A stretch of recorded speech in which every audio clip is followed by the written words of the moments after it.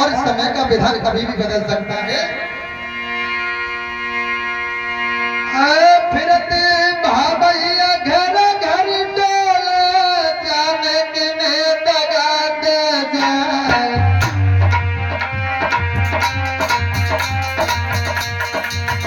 और बड़ी मुसीबत नाम कब पे सकती लगी लक्ष्मणा प्यार।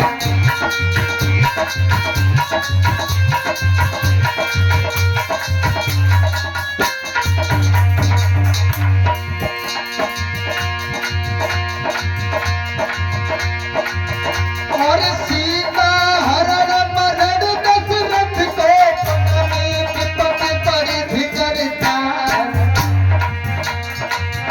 और विपदा पड़ गई शिव शंकर पे जब भस्मासुर परोपचार।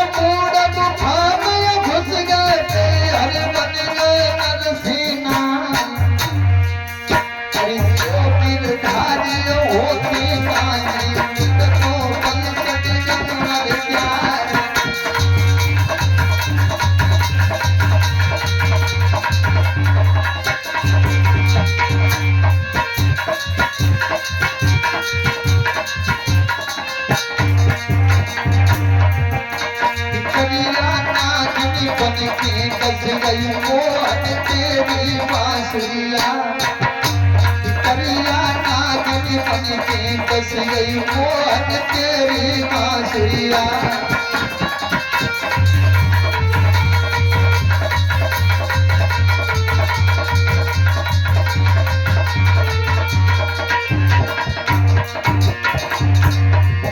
अरे तेरी बांसुरिया रे रसीले, तेरी बांसुरिया रे छबीले, तेरी बांसुरिया।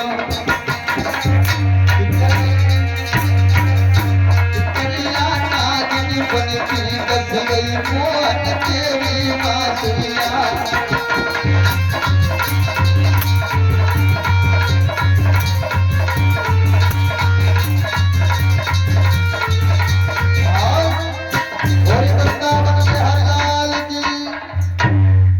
बड़े ही सुंदर राजा है, बड़े ही नीतिवान राजा है महाराज सरया।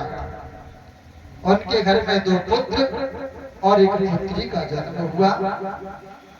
उस बिटिया का नाम क्या है महाराज?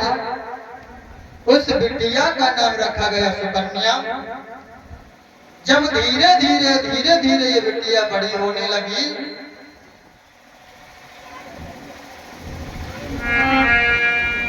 अरे चंद्र बदन उजिया ने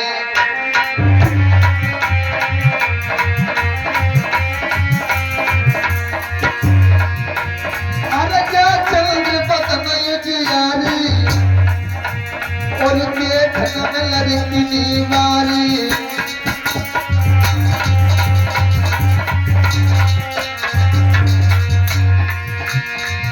और गोरा चेहरा है बिटिया का, कहीं मारा। और बात कटती भूल के पति सी चमक चमक रह जा।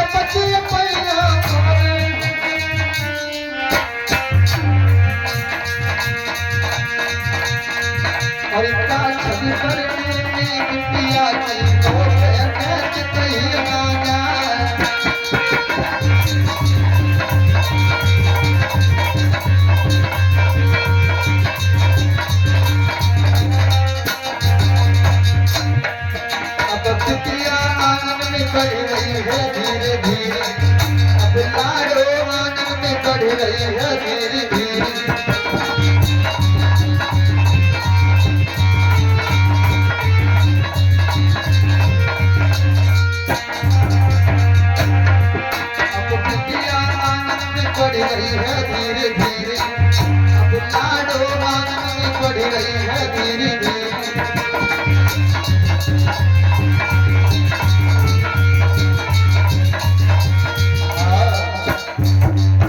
उधर सुकन्या धीरे धीरे आंगन में समय गुजरता गया।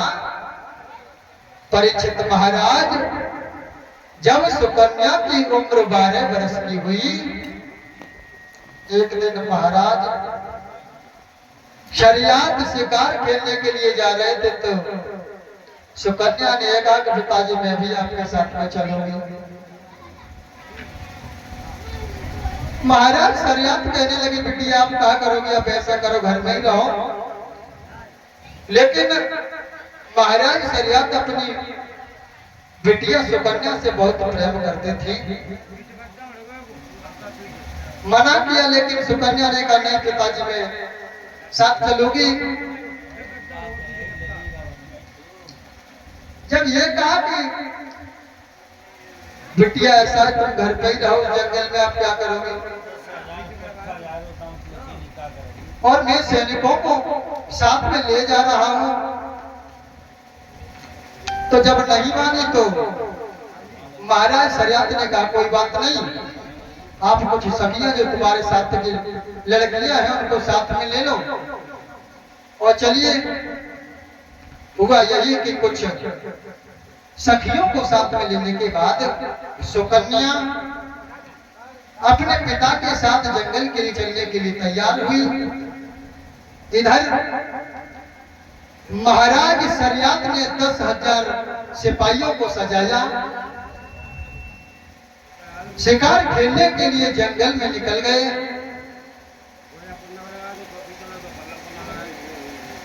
जब शिकार खेलने के लिए जंगल में निकल गए तो यदवेश भैया हुआ क्या, सारे दिन जंगल में शिकार खेलते रहे, घूमते रहे। जब दोपहर का समय हो गया तो सबको प्यास सताने लगी, सबको प्यास सताने लगी। और जेठ मास की दोपहरी रहे, दिनेश भैया गर्मी का माहौल, तो उन्होंने देखा कि ऐसा करो कहीं अगर कोई आश्रम मिल जाए, जैसे ये आश्रम है ऐसे ही उस जंगल में महाराज चमक ऋषि महर्षि जो हैं उनका आश्रम था। तो जब चमक ऋषि के आश्रम पर पहुंचे तो कवि ने तो ये लिखा कि एक बार तेरे समेत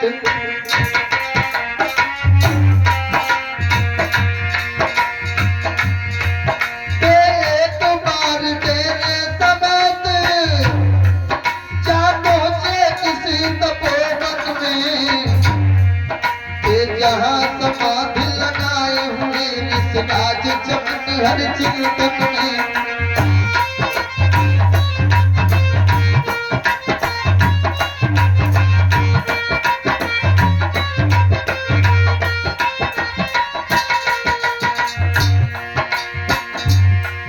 एक बार तेरे समेत जा पहुंचे किसी तपोवन में, ये जहाँ समाधि लगाए भले निसराज चमन हर चिंतन में।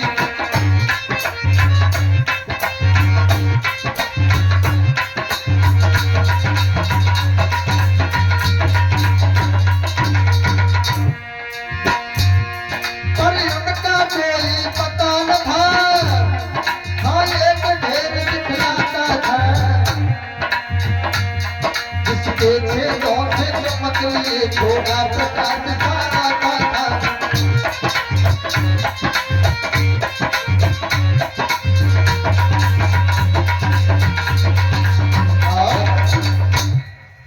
जब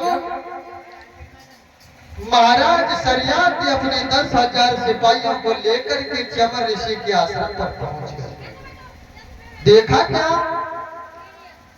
कि चमन ऋषि कहीं दिखाई नहीं दे रहे हैं,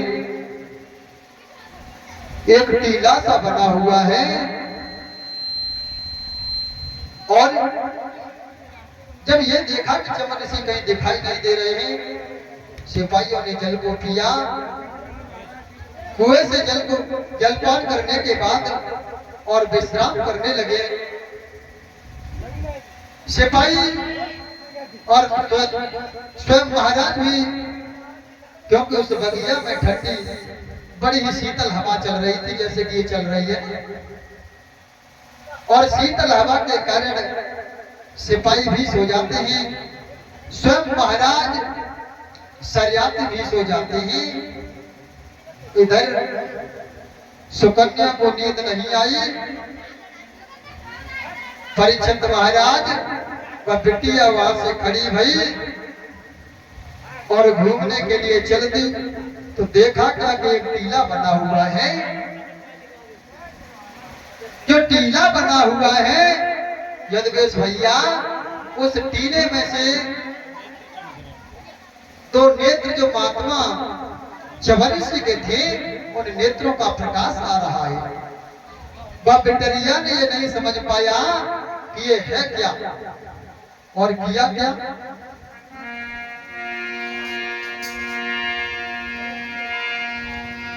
कि कन्या ने तो कांटे लेकर क्या किया, दोनों छेदों में चुभो दिए। उसके बदले सन्यासी ने दो खूनी आंसू बहा दिए।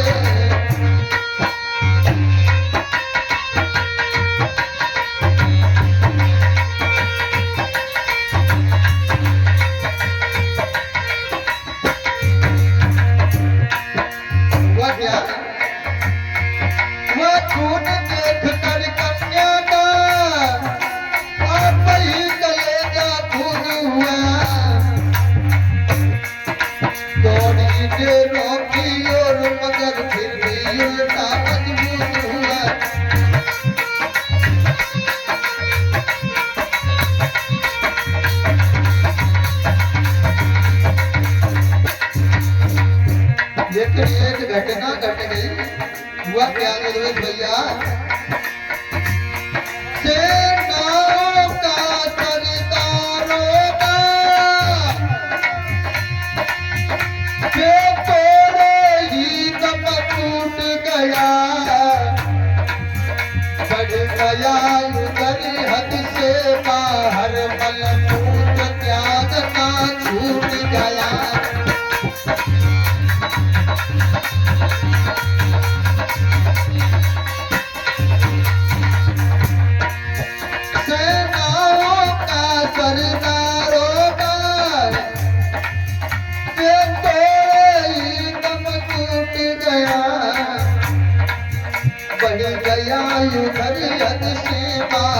मलमूत्र त्यागना छूट गया।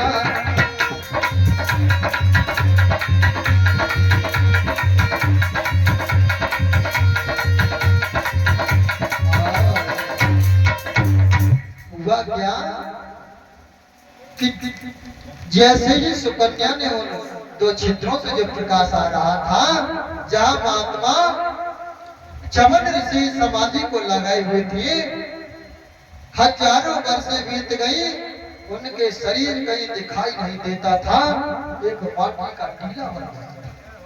सुकन्या को यह पता नहीं था कि चवन ऋषि हैं। उनके नेत्रों से जो प्रकाश आ रहा था, उस बिटिया ने दो लकड़ियों को लिया और चवन ऋषि की आंखों को जब फूट जाती ही नेत्रों को फोड़ दिया। जब खून बाहर आया तो बिटिया आकर के अपने पिता के पास में लेट गई। लेकिन एक समस्या बन गई, जितने भी सरदार सिपाही थे सबका उदर बढ़ने लगा, पेट बढ़ने लगा, मल मूत्र त्यागना बंद हो गए, पेट में पीड़ा सताने लगी। अब महाराज शरियाती ये कहने लगे कि महात्मा चवन ऋषि का आश्रम है और यह ऐसी घटना मुझे लगता है किसी ने महात्मा के साथ में दुर्व्यवहार किया है, उसका यह परिणाम है। बल अन्यथा संतों की संगति से मनुष्य को सुख की प्राप्ति होती है। मुझे लगता है कि किसी हमारे सिपाही ने महात्मा के साथ में अन्याय किया है। महाराज शरियत इस बात को सोच रहे थे। सिपाहियों ने कहा कि महाराज चवर ऋषि का आश्रम है, देखा जाए कि महाराज चवर ऋषि है कहां। कुछ दिन इधर उधर देखते रहे। जब मालूम पड़ा कि इसी टीले में महाराज चवर ऋषि हैं, तो सिपाहियों के द्वारा उस टीले को खुदवाया गया। कैसे कि पाकर प्रमाण प्रति एक भाग,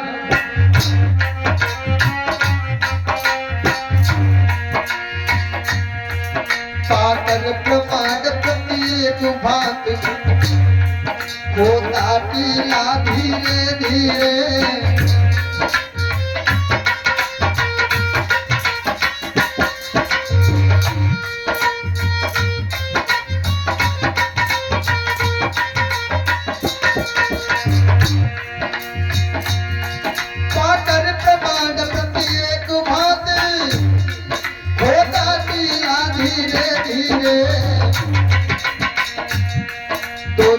घड़ी में प्रकट भई प्रभु की लीला धीरे धीरे।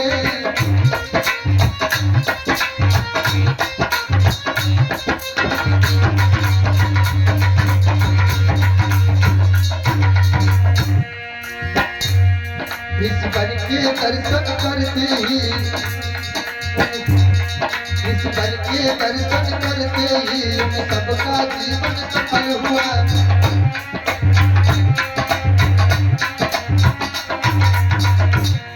लेकिन जीवन के साथ साथ आंखों का चर्चा कटे हुआ।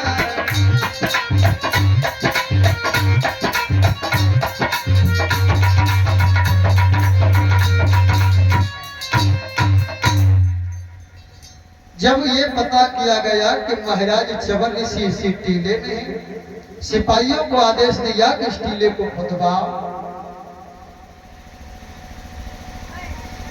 और उस टीले को खुदवाया गया। जब टीले को खुदवाया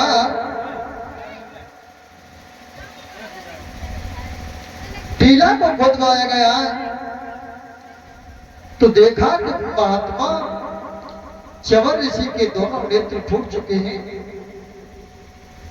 महाराज शरियत के विरोध में कहने लगी कि जिसने भी इन महात्मा के नेत्र को फोड़ा है वो मेरे सामने आ जाए, उसे हम मृत्यु दंड देंगे। जब कोई सिपाही बाहर नहीं आया तो राजा ने ये कहा कि एक एक करके सभी सिपाही मेरे सामने आते जाएं। अगर किसी ने नहीं बताया तो मैं एक भी सिपाही को जीवित घर नहीं जाने दूंगा। जब सुकन्या ने ये देखा तो सुकन्या ने हाथ जोड़े और अपने पिता से कहा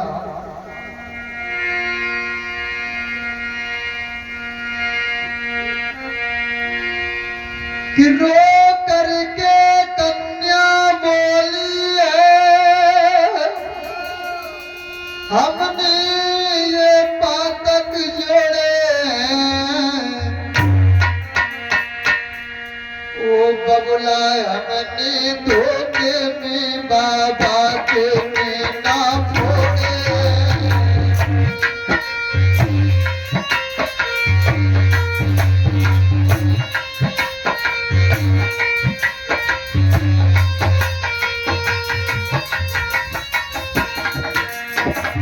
बोलिए सुकन्या, पिताजी मुझसे बड़ी भूल हुई जो मुझसे धोखे में बाबा के नेत्र फूट गए। अनजाने मुझसे भूल भाई, अब सोचा हो तो करो पिता, क्या तो रखो चाहे मारो या जीवन मेरो हरो पिता।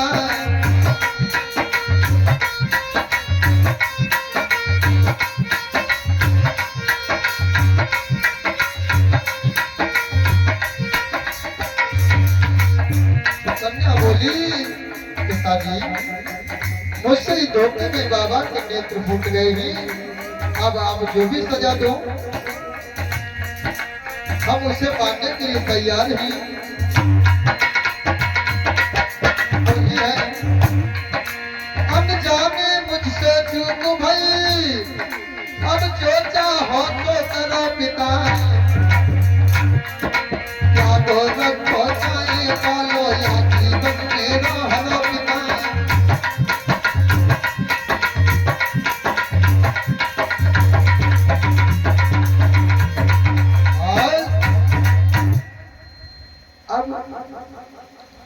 महाराज सरियात ने कहा कि मेरी बेटी ही कलंकिन है, मेरी बेटी ने ही बाबा के नैनों को फोड़ा, नेत्रों को फोड़ा है। अब बेटी से यह कहा कि बिटिया, वैसे मैं तेरा विवाह बड़े धूमधाम से करना चाहता था। मैं ये चाहता था कि तेरा विवाह किसी सुंदर अच्छे राजकुमार के साथ में करूंगा, लेकिन तूने अपने हाथों से ही और ये कृत्य किया है, इस महात्मा के नेत्रों को फोड़ा है। अब हम तुझे घर नहीं ले जा सकते और तुझे इस महात्मा के पास में रहना होगा, यही तेरा पिया होगा। और इस महात्मा को जैसे करके तू पालन पोषण कर सके इसका तुझे करना होगा, क्योंकि तूने इस महात्मा के नेत्रों को फोड़ दिया।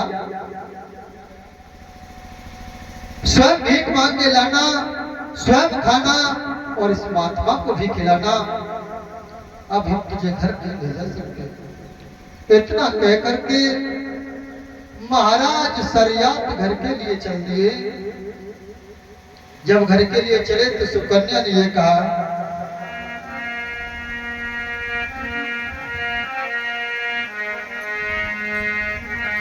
सुकन्या बोली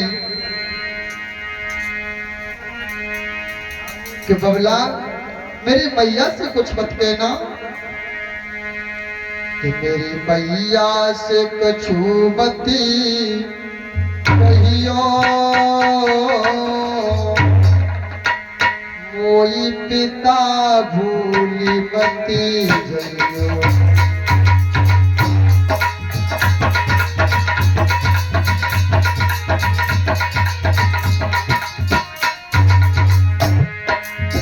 बोली है सुकन्या, मेरी मैया से कछु मत कहियो, मति पिता भूली मोए गइयो।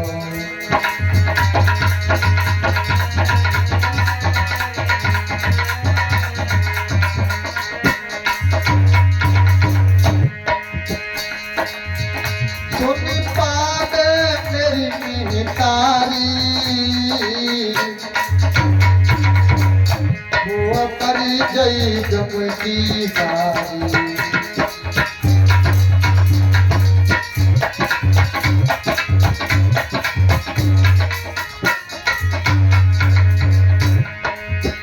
सुन पावे मेरी मिहतारी, वो पर गई दुख की बारी।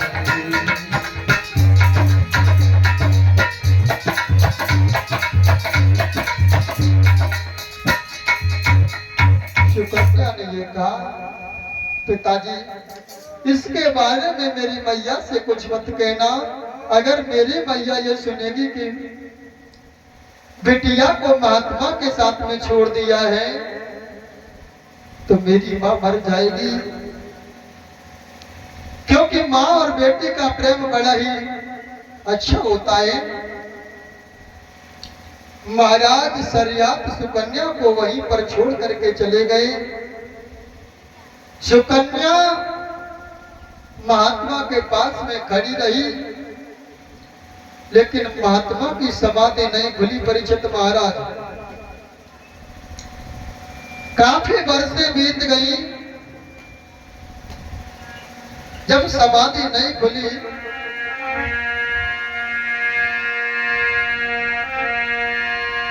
कि हाँ भी न कही ना भी न कही और दुविधा में नैया पड़ी रही। महात्मा समाधि लगाई रहे बिटिया कर जोड़े खड़ी रही।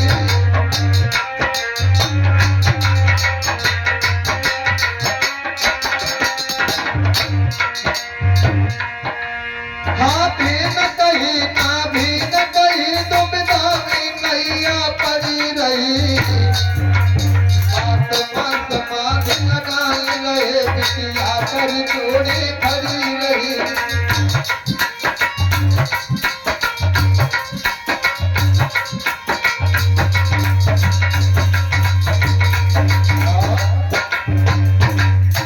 काफी समय बीत गया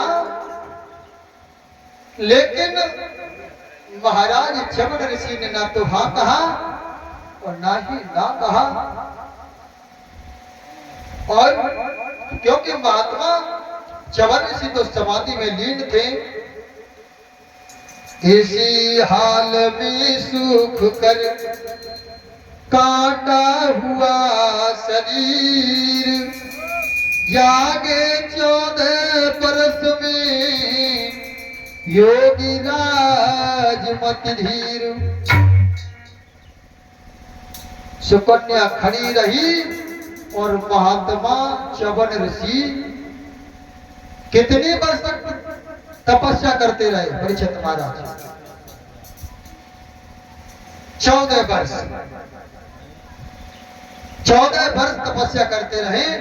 उस समय सुकन्या की उम्र 12 वर्ष की थी। अब 14 वर्ष और कितनी हो गई उम्र? 12 और 14 कितने होता है?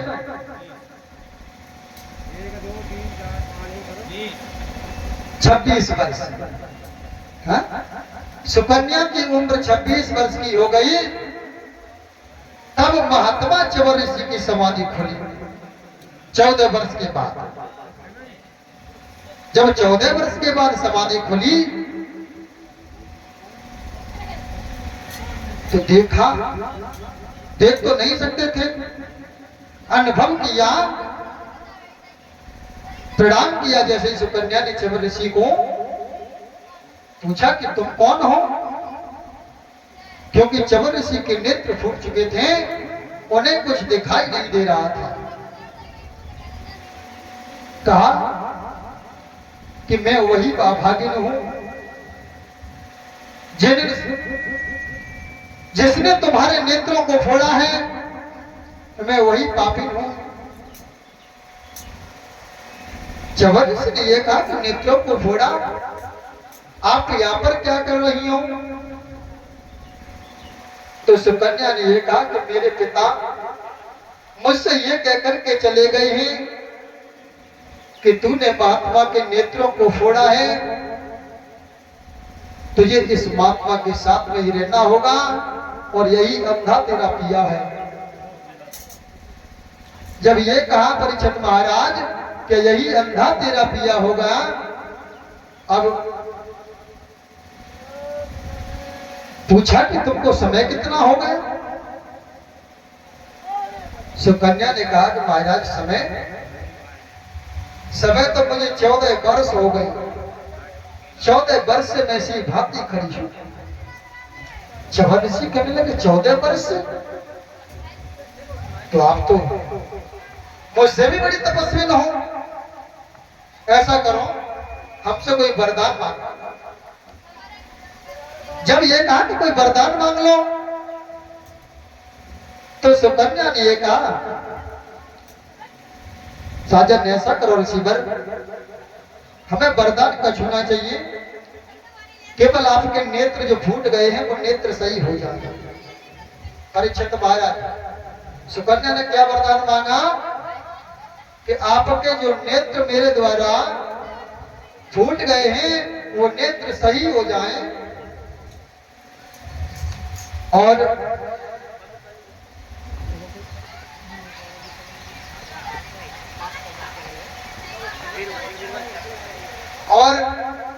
जब ये कहा कि आपके नेत्र ठीक हो जाएं, तो महात्मा च्यवन ऋषि ने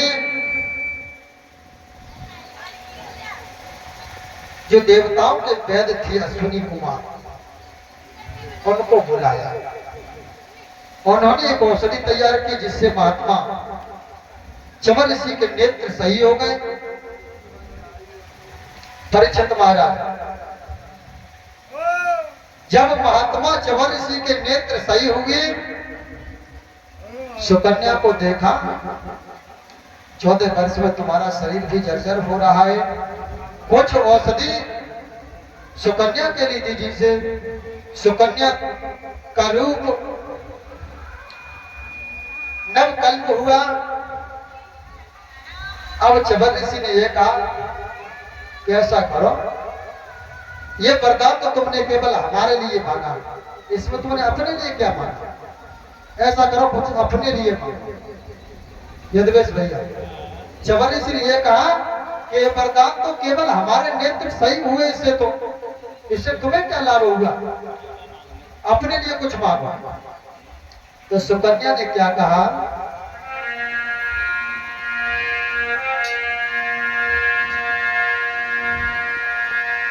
यदि मुझको कुछ देना चाहो तो मेरे ही प्रेम में सनी जाइयो। मैं 26 बरस की गोरी हूँ, तुम 25 दूल्हा बन जाइयो।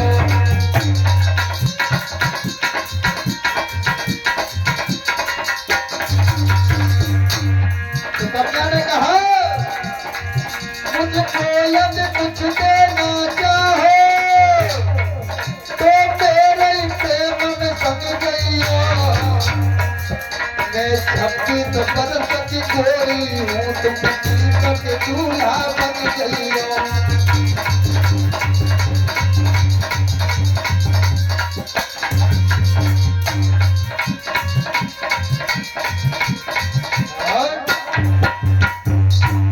सुकन्या ने यह कहा कि प्रभु, अगर हमें कुछ देना चाहते हो तो एक काम करो, अगर हमसे प्रेम है तुम्हें, तो जब मेरे पिताजी मुझको छोड़ के गए थे तब मेरी उम्र 12 वर्ष की थी और 14 वर्ष मुझे खड़े खड़े हो गए यहाँ पर, तब आपकी समाधि खुली। अब मेरी उम्र 26 वर्ष की है और आपकी उम्र हजारों वर्ष है, तो हमारा तुम्हारा थोड़ा मेल नहीं है। तो ऐसा करो, अगर हमें हमसे प्रेम है तुमको तो ऐसा करो, अपनी उम्र 30 वर्ष कर। सुना परीक्षित महाराज, कितना प्रेम होता है। इस प्रेम में के बंधन में भगवान भी बन जाते हैं। कहां च्यवन ऋषि हजारों वर्ष तक तपस्या करते थे, हजारों वर्ष तक अगर समाधि लगा ली तो लीन हो गए, तो ध्यान ही नहीं है। और कहा पत्नी के प्रेम में 30 वर्ष के बनने के लिए तैयार है। ऐसा ही हुआ और हुआ क्या कि महाराज च्यवन ऋषि ने पुनः जो देवताओं के वैद्य थे अश्विनी कुमार, उनको पुनः बुलाया और पुनः बुलाने के बाद उनसे ये कहा कि ऋषिवर, अश्विनी कुमार से ये कहा कि कोई ऐसी औषधि तैयार करो जिससे हम तरुण हो जाएं, जिससे हम जवान हो जाएं। च्यवन ऋषि ने सुबह ये कहा कि अश्विनी कुमार, कोई ऐसी औषधि तैयार करो हमारे लिए, ये हमारा शरीर जो वृद्ध हो रहा है ये तरुण हो जाए, जवान हो जाए। तो अश्विनी कुमार ने ऐसी औषधि तैयार की जिसके खाने से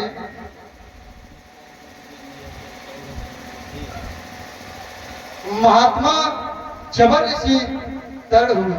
और वो औषधि कौन सी है कि जिस औषधि के खान से ओ तरुण भई वह देह वह यो सदैव प्राप्त है चवन प्रास अवलेह। औषधि आज भी है चवन प्रास के नाम से, जिसके खाने से चवन ऋषि का शरीर तड़ हुआ था।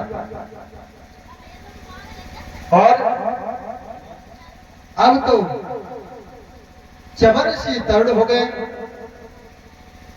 चवन ऋषि ने जब तड़ हुए तो अश्विनी कुमार से ये कहा कि अश्विनी कुमार, तुमने हमारे लिए बहुत कुछ किया है, आपने हमारे नेत्रों को सही किया, हमारा शरीर तरुण बनाया, ऐसा करो कोई वरदान मांगो। अश्विनी कुमार से ये कहा कि ऐसा करो तुम कोई वरदान मांग लो। तो अश्विनी कुमार ने ये कहा कि ऋषिवर, देवता लोग मुझसे अपना काम तो निकालते हैं, लेकिन हवन में मुझे भाग नहीं लेने देते, यज्ञ में मुझे भाग नहीं लेने देते। देवता लोग सभी मुझसे काम निकालते, परेशानी हो तो हम सबकी दवा करते हैं, परेशानी में सभी बुलाते हैं, और लेकिन यज्ञ का जब समय हो तो मुझे अछूत बता करके छोड़ देते हैं। महात्मा चवन ऋषि ने कहा कोई बात नहीं, अभी ठहर जाओ, लेकिन हम आपको यज्ञ में भाग अवश्य दिलवाएंगे। और अश्विनी कुमार वहां से चले जाते हैं। इधर हुआ क्या कि जहां तपोभूमि थी, यदवेश भैया, कि वह तपोभूमि भई रंग भूमि,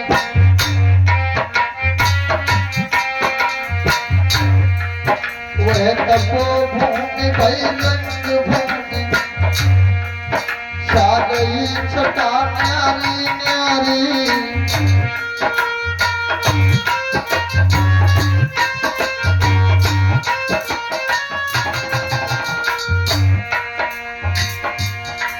वह तपोभूमि भई रंग भूमि, छा गई छटा न्यारी न्यारी।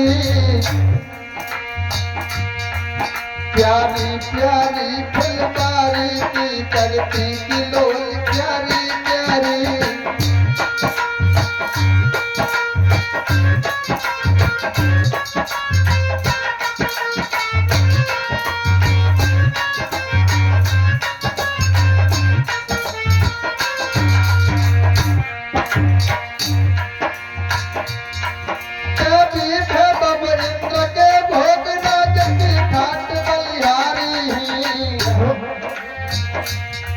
कलियों की किस्मत प्यारी, बरियलियों की अलग बहारी।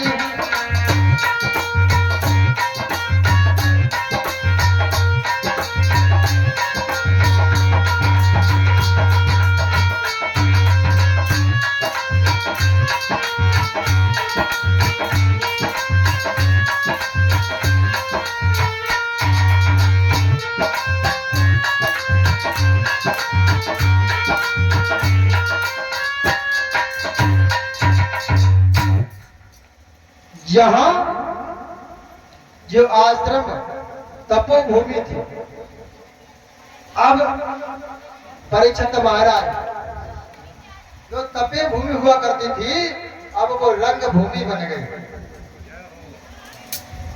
और फुलवारी क्यारियों पर पुष्पों पर भमलों किलोड़े कर रहे हैं।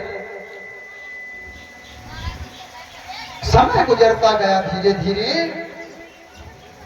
महाराज चवन ऋषि समाधि लगाना भूल गए पत्नी के प्रेम में।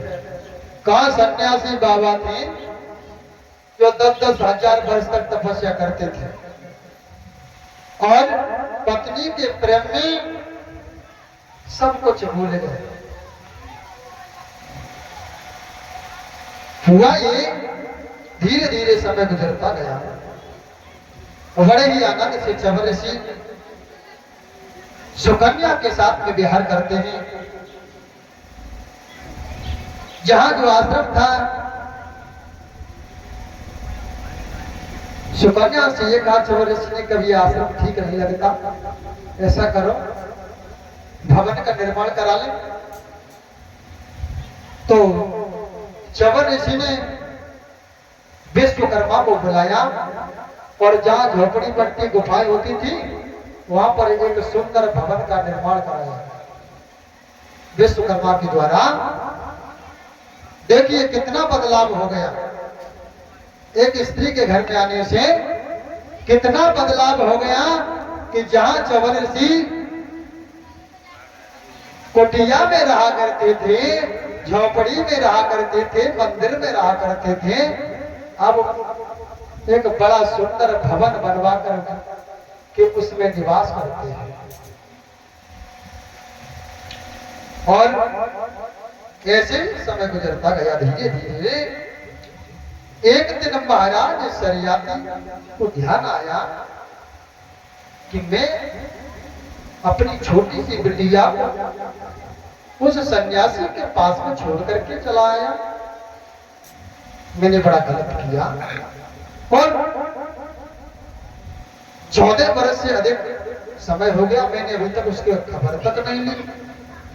महाराज सरियात को बेटी का प्रेम सताने लगा और महाराज सरियात शिकार खेलने के बहाने से उसी जंगल में महाराज जहां चवर ऋषि का आश्रम हुआ करता था उसके निकट जब पहुंचे तो देखा क्या कि जहां झोपड़ी में आश्रम पर झोपड़ी हुआ करती थी उस आश्रम पर एक सुंदर भवन बना है।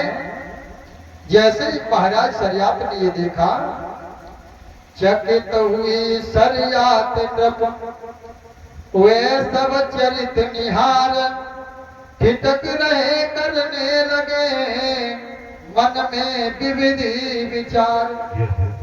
सोचने लगे कि यहाँ पर चवन ऋषि का आश्रम हुआ करता था और यहाँ पर तो ये मुझे लगता है किसी राजा महाराजा का महल है। महाराज सरियात बड़े चक्कर में पड़ गए, ये सोचने लगे कि ये है तो है क्या, और वो महात्मा कहाँ है और मेरी बेटी भी दिखाई नहीं देती। इस प्रकार से महाराज चवर ऋषि सोच रहे थे और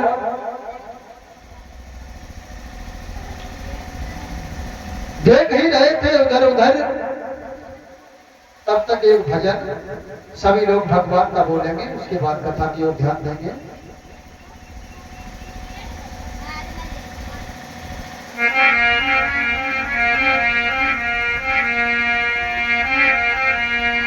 सभी भक्तजन एक भजन तालियों के साथ में बोलेंगे।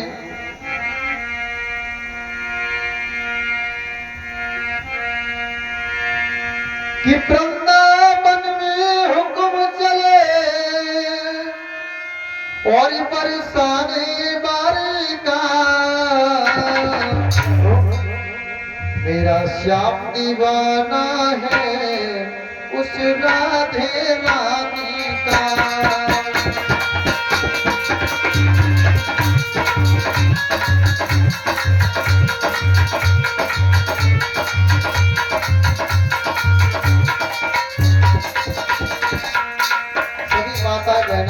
ताली के साथ में बोले, अरे वृंदावन में हुक्म चले बरसाने वारी का, मेरा श्याम दीवाना है उस राधे रानी का।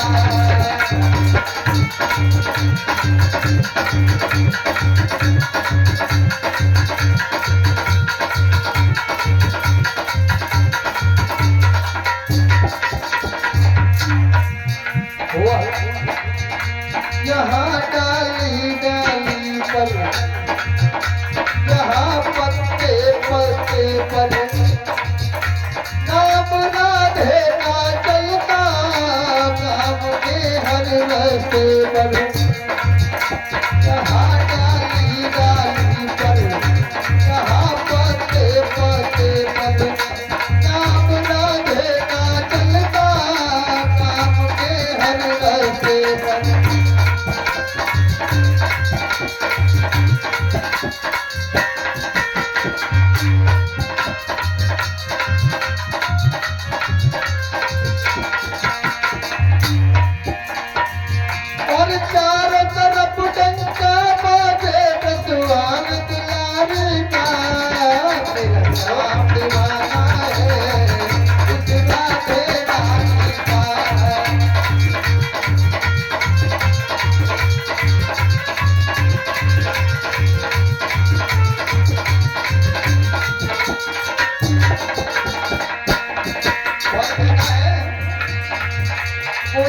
नंदलाल कहता, कन्हैया ने तेरे नाम रख दिए हैं। कोई नंदलाल कहता, कोई गोपाल कहता, कोई कहता है कन्हैया, कोई मुरली का बजैया। कोई नंदलाल कहता, कोई गोपाल कहता, कोई कहता है कन्हैया, कोई मुरली का बजैया। और नाम बदल के रख डाला इस देश मुरारी का, दीवाना है इस राधे रानी का।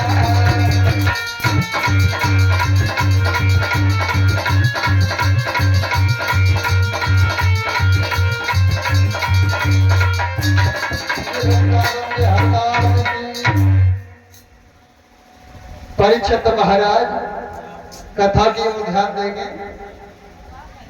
परीक्षित महाराज जी, कथा कहाँ चल रही है? मंच के ऊपर। बता, कौन सी कथा चल रही है, कहाँ पर पहुंच गई? क्योंकि कथा आपको श्रवण कराई जा रही है। तो महाराज जी बता बता। अरे बता दो, अरे सब बता दो, कंटेंट लगे हो। हाँ बताओ, कथा कहाँ चल रही है, कौन सी कथा चल रही है, कहाँ पर पहुंच गई? हाँ? जो पांडाल के नीचे पहुंचे गए, क्या तुम्हारा जो पांडाल के नीचे पहुंचे गए। क्योंकि आपको इसका विशेष ध्यान रहना चाहिए। ये श्रीमद् भागवत महापुराण जो कथा है वो महाराज परीक्षित को सुनाई जा रही है। हाँ? इन्हें पूछा भी खड़े बना तो पता ही होगी। जो सरियाद की लीला चल रही है, कहना था कथा। सरियाद महाराज सरियाद की लीला चल रही है। सुकन्या और चवन ऋषि का प्रसंग चल रहा है, जहां चवन ऋषि हजारों वर्ष तक समाधि में लीन रहते थे। वही चवन ऋषि सुकन्या के प्रेम में इतने मग्न हो गए कि समाधि तो दूर की बात है, तपस्या करना भी भूल गए। और जहां झोपड़ी में निवास करते थे, अब महलों में निवास करते लगे। जिस समय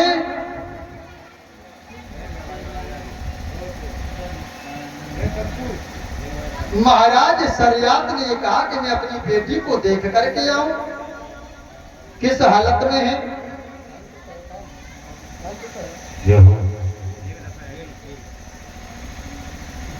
सोचने लगे कि देख करके आऊं किस हालत में है। गए, आश्रम के जब निकट पहुंचे तो ये देखा कि जहां महात्मा की कुटिया हुआ करती थी, वहां ये सुंदर महल बने हैं। मुझे लगता है कि किसी राजा ने महात्मा को इस यहां से भगा दिया और अपने महल तैयार कर लिया। ये सोच ही रहे थे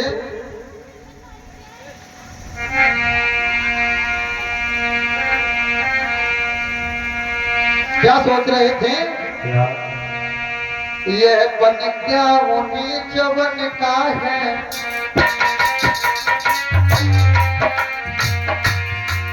यह बन क्या उन्हीं चवन का है, क्या इसी और यह बन क्या किसी चवन का है, क्या उसी कौर का उपवन है।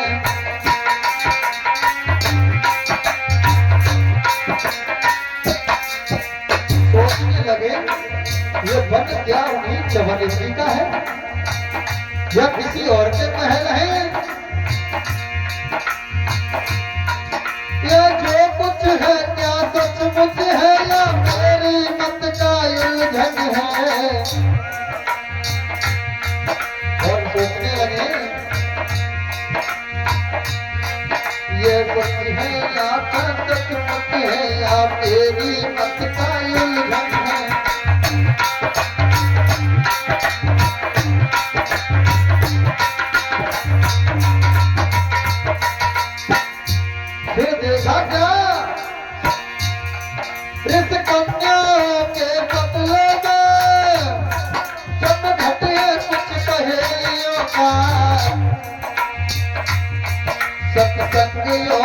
कीर्तन में चर्चा है गंग बेलियों का।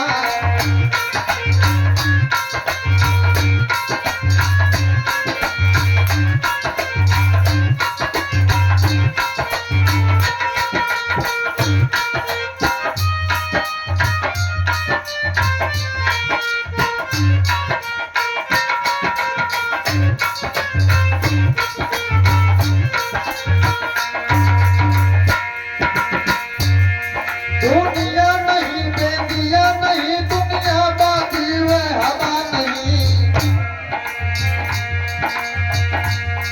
खुशियों की किस्मत चली सी गलियों की मंदिर भी नहीं।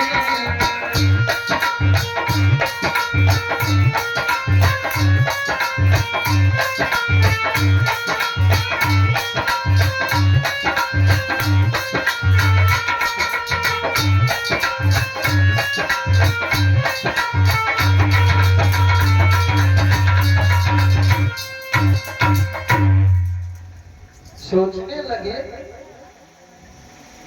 कि धन क्या उन्हीं चवर ऋषि का है, ये आश्रम क्या उन्हीं चवर ऋषि का है या किसी और राजा महाराजा ने यहाँ पर अपना शासन जमा दिया है।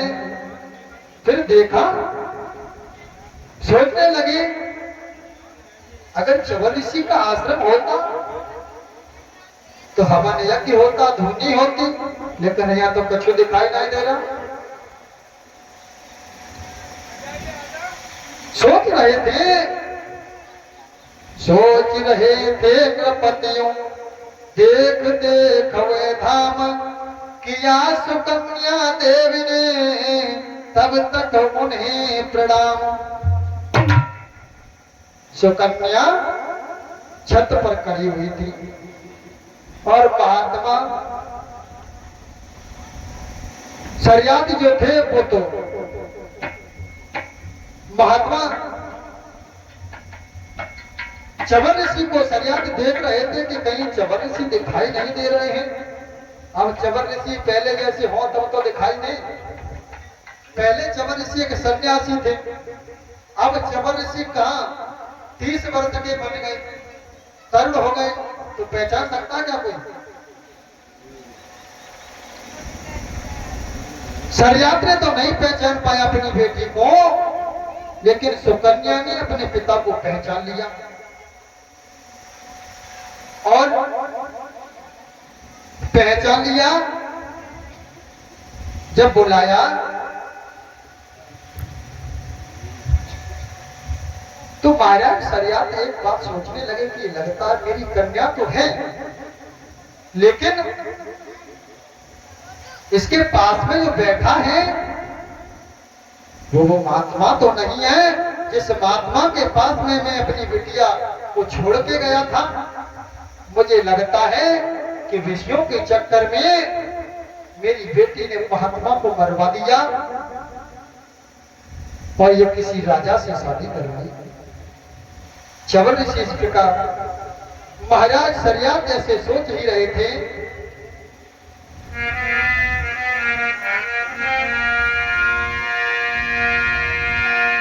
ऋषि बर को कहीं हटा करके इसने यह राग जमाया है। कन्या ने विषयों के पीछे अपना घर योग बताया है।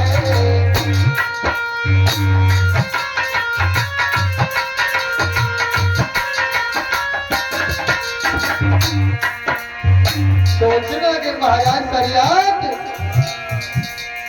नारायण मानी अगर सत्य है तो सत्य सही नागिन हो। मेरे जीवन का तू सच है, यह कन्या नहीं कलंकिन है।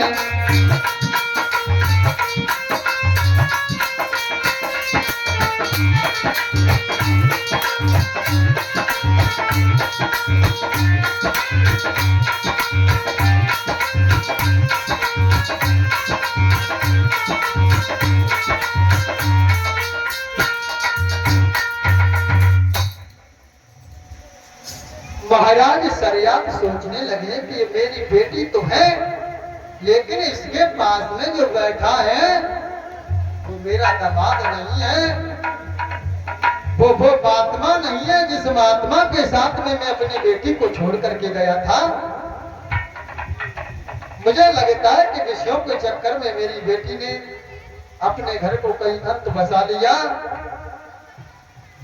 सोचने लगे कि अगर मेरा अनुमान सच है तो मेरी बेटी एक विषैली नागिन के समान है, यह कन्या नहीं, कन्या के नाम पर कलंकिन है। महाराज सरियात इस प्रकार से सोच रहे थे, पर जब कन्या ने कहा वो सब ऋषि का हाल, तब तो छाती से लिपट और रोने लगे नृपाल। जब कन्या ने पूरा वृतांत बताया कि महाराज चवर ऋषि जो थे, चवर ऋषि जो हैं वो यही है, और अश्विनी कुमार के द्वारा इन्होंने अपने शरीर को दृढ़ बनवाया, शरीर को दृढ़ बनाया। अब तो महाराज सरियात रोने लगे, कहने लगे बेटिया मुझसे बड़ी भूल हो गई, मैंने तेरे बारे में जाने न क्या क्या सोचा, कितना गलत सोच रहा था मैं, कितना गलत था। महाराज सरियात रोने लगे और चवर ऋषि ने महाराज सरियात को पास में बुलाया और सभी देवताओं को भी बुलाया और अश्विनी कुमार जो वैद्य थे देवताओं के उन्हें भी बुलाया। लेकिन जब यज्ञ की बारी आई, हवन की बारी आई और इधर चवर ऋषि अश्विनी कुमार से ये कह चुके थे कि मैं देवताओं के यज्ञ में तुम्हें भाग दिलवाऊंगा, इंद्र कहने लगे ऋषिवर इस शूद्र को क्यों बुलाया है, ये हवन में यज्ञ में भाग लेने के योग्य नहीं है। और जब इंद्र ने विरोध किया तो चवर ऋषि ने कहा इसका कारण क्या है, ये हवन के योग्य क्यों नहीं है, यज्ञ में भाग लेने के योग्य क्यों नहीं है। ऋषि ने पूछा इसका कारण, सुरपति बोला वह कमीन है ये। इंद्र ने कहा बड़ा कमीन है ये, मिलता है सदा रोगियों से इस कारण जातिहीन है ये।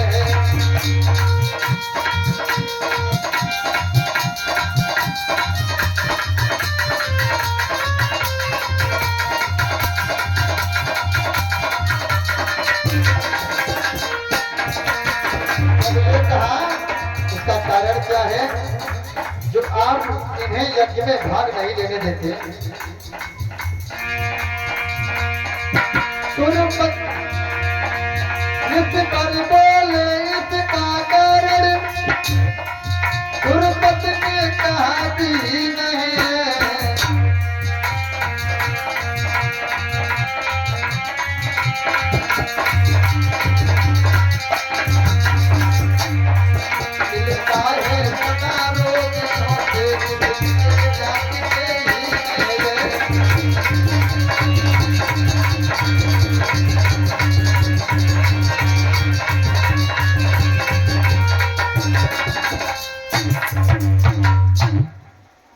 जब ये कहा कि सदा रोगियों से मिलता है,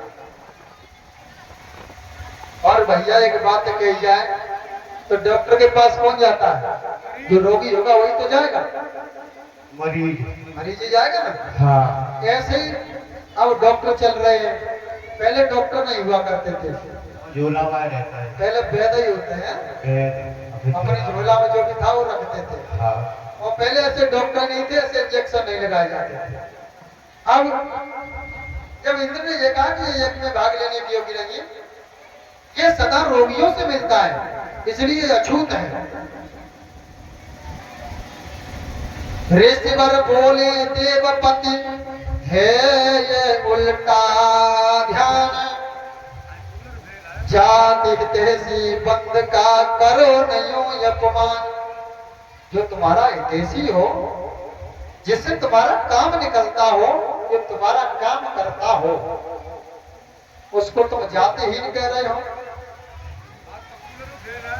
काम करवाने के लिए तो ठीक है, जब आपको आवश्यकता पड़ती है जड़ी बूटियों की, तो अश्विनी कुमार बढ़िया हैं, लेकिन यज्ञ में भाग गई या बारी आई तो तुम देवता लोग अश्विनी कुमार को यज्ञ में भाग लेने से वंचित करते हो। नहीं, मैं अश्विनी कुमार को यह वचन दे चुका हूं कि तुम्हें यज्ञ में भाग दिलवाऊंगा। और जब यज्ञ होने लगा और अश्विनी कुमार को भाग के लिए बिठाला गया, तो इंद्र को बड़ा क्रोध आया। और इंद्र वैसे जब कोई ऊपर बढ़ने लगे तो इंद्र की रानी बढ़ने लगे, कोई अच्छा कार्य करने लगे तो भी इंद्र की रानी बढ़। ऐसे ही कोई अगर तपस्या करने लगे तो इंद्र की नानी करने लगे कि लगता है हमारा सिंहासन चला जाएगा। अब देवता में भाग दिलवाने के लिए अश्विनी कुमार जब उद्यत हुई, अश्विनी कुमार को बिठलाया गया।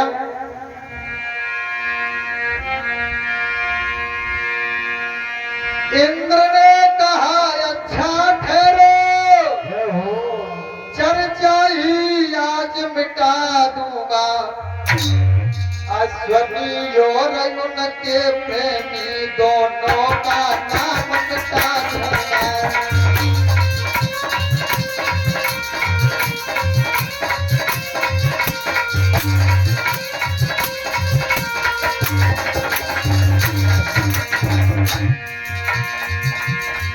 वह कदाई उठाकर बोले था, मारूंगा दोनों शत्रु यही, लेकिन इस हमले से पहले रह गया उठाता हाथ वही।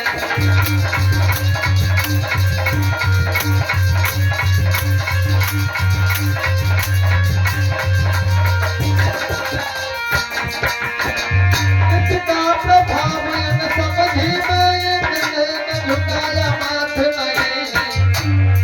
हर संग उपाय लगा भी है, पर झुका घुमाने हाथ नहीं।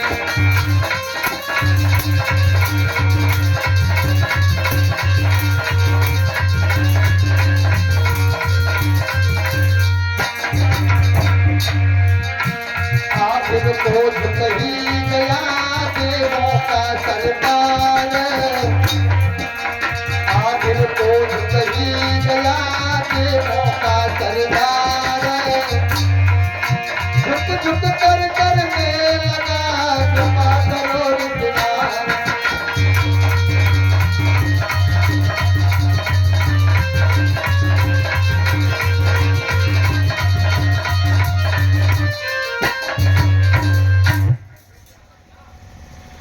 जिस समय अश्विनी कुमार को और उनके साथियों को मारने के लिए इंद्र ने गदा उठाई, तो जबर ऋषि ने अपने योग बल से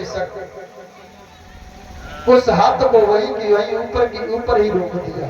दिनेश भैया, जब ऊपर ही रोक दिया जबर ऋषि ने, अब इंद्र खड़े के खड़े रह गए, ना बैठ सके और न गधा को नीचे रख सके। विनय करने लगे ऋषि से कि ऋषि पर मुझे माफ कर दो, मुझसे गलती हो गई जो मैंने इसको अछूत माना और तुम्हारी बात नहीं मानी। ऋषि वर मुझे ऐसा करो, माफ कर दो। तब च्यवन ऋषि ने इंद्र को क्षमा किया और अश्विनी कुमार को इस प्रकार से यज्ञ में भाग दिलवाया। और च्यवन ऋषि और सुकन्या बड़े ही प्रेम से उस आश्रम पर रहते हैं। वही वृंदावन बिहारी लाल की जय। भैया बात करते रहो।